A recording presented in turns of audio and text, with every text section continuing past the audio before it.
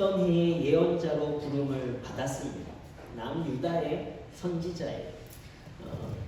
요담왕, 아하스 왕, 히스기야 왕 시대에 활동한 선지자입니다. 근데 이 이사야서가 기록되어졌을 때는요, 조금 이 남유다의 상황이 문화적으로, 역사적으로, 사회적으로 다 무너져 있는 시대였습니다. 왜냐하면 그 아버지 때에 이 북이스라엘과 아람군 동맹군을 이기기 위해서 아수르에 돈을 주고 군 지원을 받았어요.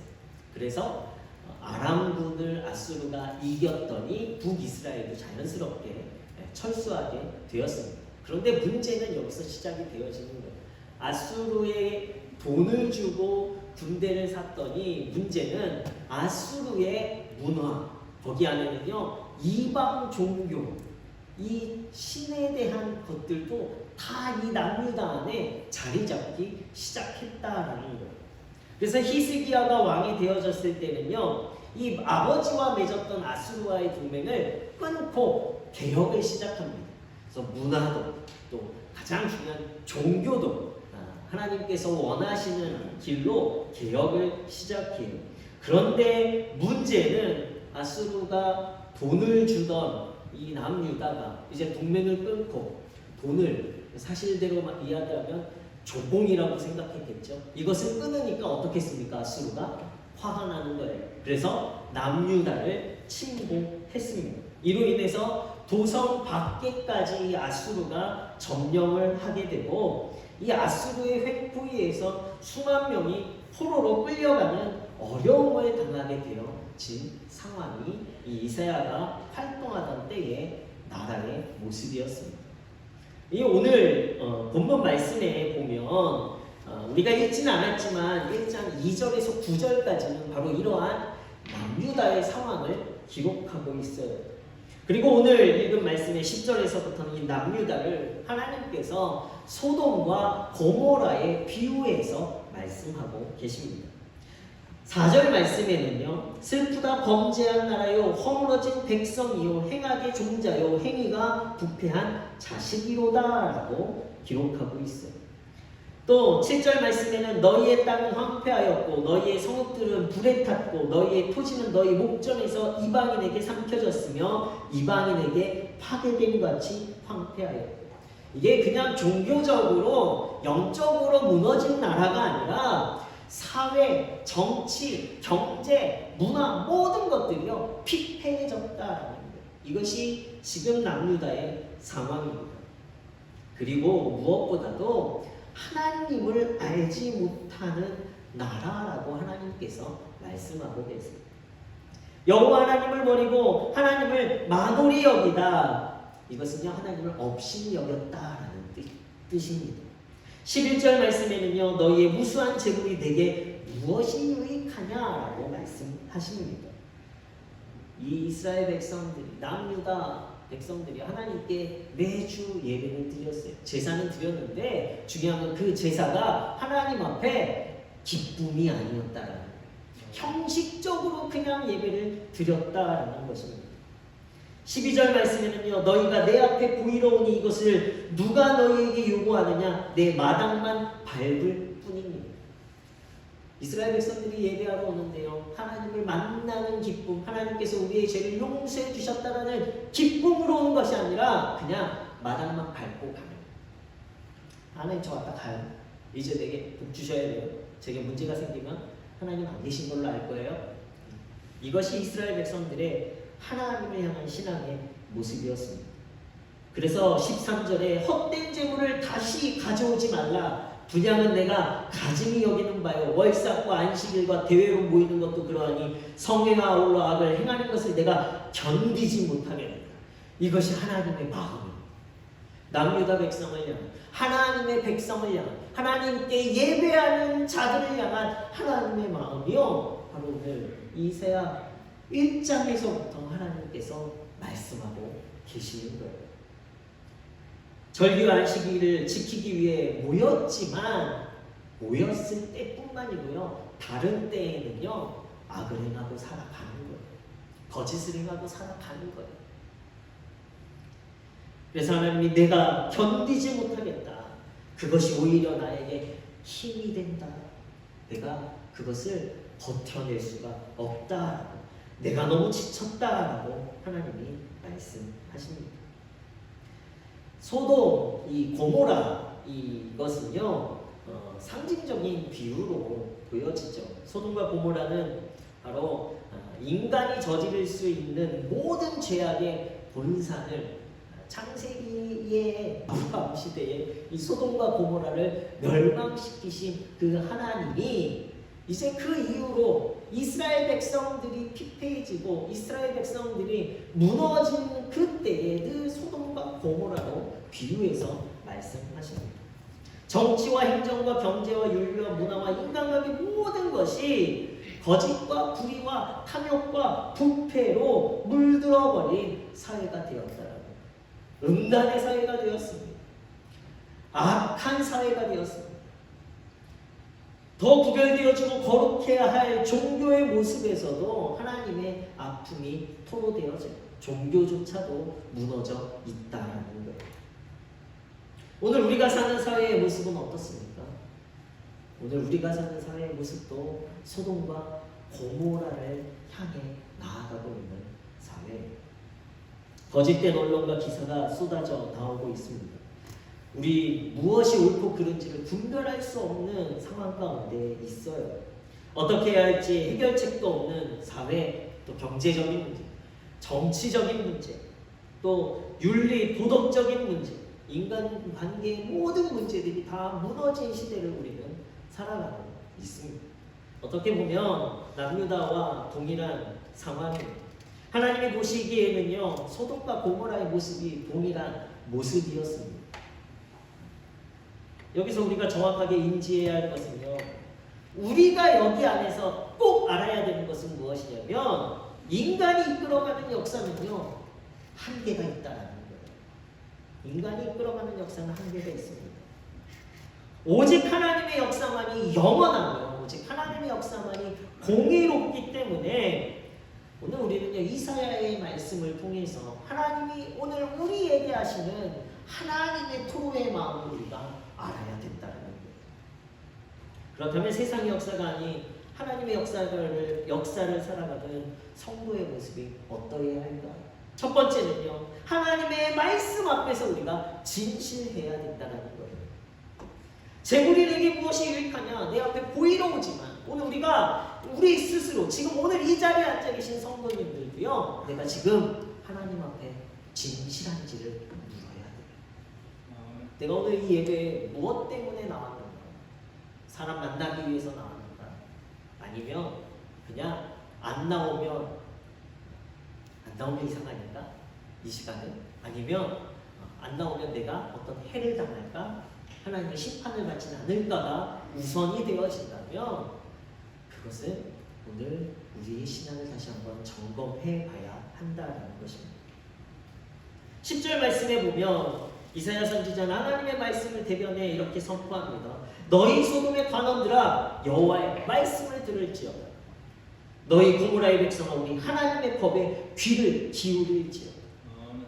오늘 저와 여러분들에게 하고 있는 하나님의 말씀이에요. 귀를 기울이라 바로 즐겨 순종해야 한다라고 말씀하고 있습니다. 그래서 19절에는요 이것을 한 단어로 이렇게 이야기하는 거예요. 너희가 즐겨 순종하며 땅의 아름다운 소산을 먹을 것이다. 하나님 앞에 진실한 것 이것을요 즐겨 순종하면이라고 우리의 말로 말씀하고 있는 거예요. 하나님을 가까이 하려는 마음으로 기꺼이 그 말씀에 순종하는 것이 오늘 우리가 하나님의 역사를 살아가는 성도의 모습이 되어지는 것입니다. 하나님이 이스라엘 백성에게 원하시는 것은 바로 이러한 진실함이에요. 하나님 앞에서의 진실함입니다. 말씀 앞에서의 진실함입니다. 신앙은요 진실함이에요. 제가 중학교 때까지는요 잠깐 자랑하면 우등상을 타고 학교를 다녔어요. 전교 몇 등 안에 최고 높은 성적은 전교 4등, 1등입니다. 그렇게 공부를 잘하는 모범생이었습니다. 세상을 모르고 공부하고 교회만 나갔어요. 그런데 그 고등학교에 가서요, 세상에 눈을 뜬 거예요. 아, 이러한 세상도 있구나. 너무 좋구나. 그리고 그때부터 이제 친구들하고 놀러 다니기 시작했습니다. 한창 그 학교에서 일제는 아닌데 그래도 노는 친구들 있잖아요. 순진한데 잘 놀아요. 이런 친구들하고 다니면서 단체 미팅도 나갔어요.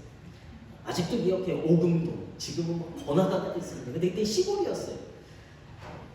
그것도 주일날 아침부터 오금동에 미팅하러 갔어요. 그리고 막 재밌게 놀고요. 밤 늦게 집에 돌아왔습니다. 그런데 어머니가요, 빗자루를 들고, 저희 집에 그 매는 손에 잡히는 모든 게 매였어요. 빗자루를 들고 저를 기다리고 계십니다. 그리고 엄청나게 맞았어요. 주일날 교회 안 오고 교회 신방도 의사님이 저를 못 봤다라고 얘기를 하셨다는 엄청나게 맞았습니다. 그리고 그 다음 주부터는요, 일찍 교회 간다고 나와서는 아침부터 당구장에서 친구들하고 놀다가 저희 9시 예배였어요. 중고등학교 예배가. 그만 9시 45분쯤 교회를 가요. 그리고 위층으로 들어가서 앉아있다가 끝날 때 되면 신방전 선생님한테 눈도장을 딱 찍고 가는 거예요. 그리고 그 매주 저는 평안한 삶을 살았습니다. 하나님 앞에서가 아니고요, 저는요 신방전도사님에게 보이러 교회 왔던 거예요. 정말 마당만 밟고 가는 것이죠. 그럼에도 그 당시에 제 믿음이 어떤 믿음이었냐면요, 신방전도사님한테 눈도장 찍지만 그래도 저에게 담임 목사님의 축도는 받아야지, 이게 있었어요. 그리고 그 축도를 꼭 받기 위해서 축도 받으면 받고 나오면서 신방전도사님한테 눈인사하고 그러고 나왔습니다. 꼭 예배 시간이 뭐 10분 지나서 들어오나, 아니면 말씀 시간에 맞춰오나, 아니면 축도 시간에 맞춰오나, 그냥 매한가지라고 생각을 했던 거예요. 그런데 중요한 거는요, 목사님의 축도를 받는 그 믿음이 저를 계속해서 붙잡고 있었던 것 같아요. 그러나 그 당시에 제 생각이 기준이 되어서 그렇게 생각했는데, 지금 목사가 되고 또 예전에 대해서 제가 공부를 하고 또 사역을 하다 보니까 중요한 것은요, 마당만 밟고 가는 거 그것만도 괜찮아가 아니라 준비된 예배, 또 하나님 앞에서 진실하게 드려지는 예배가 쌓여야만이 어느 순간에 하나님의 말씀이 들리고 은혜가 보여지고 내 삶에 변화가 있고, 그리고 무엇보다 그 켜켜이 쌓여갔던 믿음의 모습을 통해서 내 삶에 축복의 역사가 일어난다는 것을 알게 되었습니다. 우리는요, 하나님 앞에서 진실해야 돼요. 하나님은 다 알고 계세요. 우리가 오늘 이 자리에 어떠한 모습으로 나와 있는지, 그리고 내가 오늘 주님의 일을 어떠한 마음으로 하고 있는지 하나님은 다 알고 계시다는 거예요. 안식일이 되면, 주일이 되면 적당히 제물을 사서 얼렁 빠르게 그냥 제사 드리고 다시 우리 내가 편한 대로 안식하자, 이것이 이스라엘 백성들의 모습이었습니다. 전통대로 해왔으니까, 그냥 그렇게 대대손손 해왔으니까 그냥 이렇게 빨리 하고 그냥 넘겨버리고 빨리 안식하자. 이렇게 안 하면 혹시 내게 임할 심판과 저주가 두렵기 때문에 우리 이렇게 그냥 예배드리자. 내 기준의 편안함과 내 기준의 생각으로 주님 앞에 예배드리는 것들을 하나님은 다 알고 계시다는 거예요. 그리고 어느 순간에 우리의 예배를 받지 않아요. 가증스럽다, 역겹다라고 하나님이 말씀하실 때가 오는 거예요. 마태복음 26장에는요, 예수님이 겟세마네에서 기도하실 때 가룟 유다가 예수님을 잡으러 옵니다. 그런데 유다의 예수님을 첫 만남의 모습이 어떤 모습이냐면요, 처음과 같이 예수님께 입을 맞추고 존경하는 모습처럼 예수님, 랍비여 안녕하십니까? 라고 물어요. 그러나 그 뒤에는 무엇을 숨기고 있죠? 검과 몽둥이를 숨기고 있었다라는 거예요. 그때 예수님이 말씀하십니다. 친구여, 내가 무엇을 하려고 왔는지 행하라. 너의 마음 내가 다 알고 있어 라고 예수님이 말씀하십니다. 너의 정체를 드러내라. 가식적인 그 얼굴 위에 있는 마음을 예수님께서 이미 알고 계시다. 오늘 우리는 예수님 앞에 거룩한 척하지만 우리 마음 가운데 혹여 우리 상대방을 향하여 또 예수님을 향하여 또 분노의 화살을 가지고 있지는 않습니다. 다른 상대방보다 내가 더 높아지고 내가 더 나아지고 내가 더 큰 힘을 드러내려 우리는 검과 몽둥이를 숨기고 오늘 이 성전 안에 앉아있지는 않는지 우리 자신을 바라봐야 돼요. 시편 139편의 말씀에 보면 여호와여 주께서 나를 살펴보셨으므로 나를 아시나이다. 주께서 내가 앉고 일어섬을 아시고 멀리서도 나의 생각을 밝히 아시오며 나의 모든 길과 내가 눕는 것을 살펴보셨으므로 나의 모든 행위를 익히 아시오니 여호와여 내 혀의 말을 알지 못하는 것이 하나도 없으시니이다. 다윗의 고백입니다. 내가 뭐 생각하는 것까지도 하나님께서 다 알고 계시다라는 거예요. 그렇기 때문에 우리는요 하나님 앞에서 진실한 성도가 되어야 할 줄로 믿습니다. 우리의 마음과 생각까지 아시기 때문에 하나님을 향한 마음은요 진실해야 됩니다. 그래서 즐겨 말씀에 순종할 수 있는 성도들이 되시길 예수 그리스도로 축원합니다. 신앙은 진실한 거예요. 내 모습 이대로 그냥 그 모습 그대로 하나님 앞에 나올 때에 때로는 우리가 부족하고 때로는 우리가 죄 가운데 있지만 그러나 그 모습 그대로 나와서 주님 나를 용서해 주옵소서라는 그 고백이 더 값진 예배가 되어지는 하나님께서 더 기뻐 받으시는 예배가 되어지게 되는 줄로 믿습니다. 그래서요 하나님 앞에서 우리가 진실하기 위해 필요한 것은요 그리고 두 번째로 우리 자신에 대해 바른 인식을 가져야 한다는 거예요.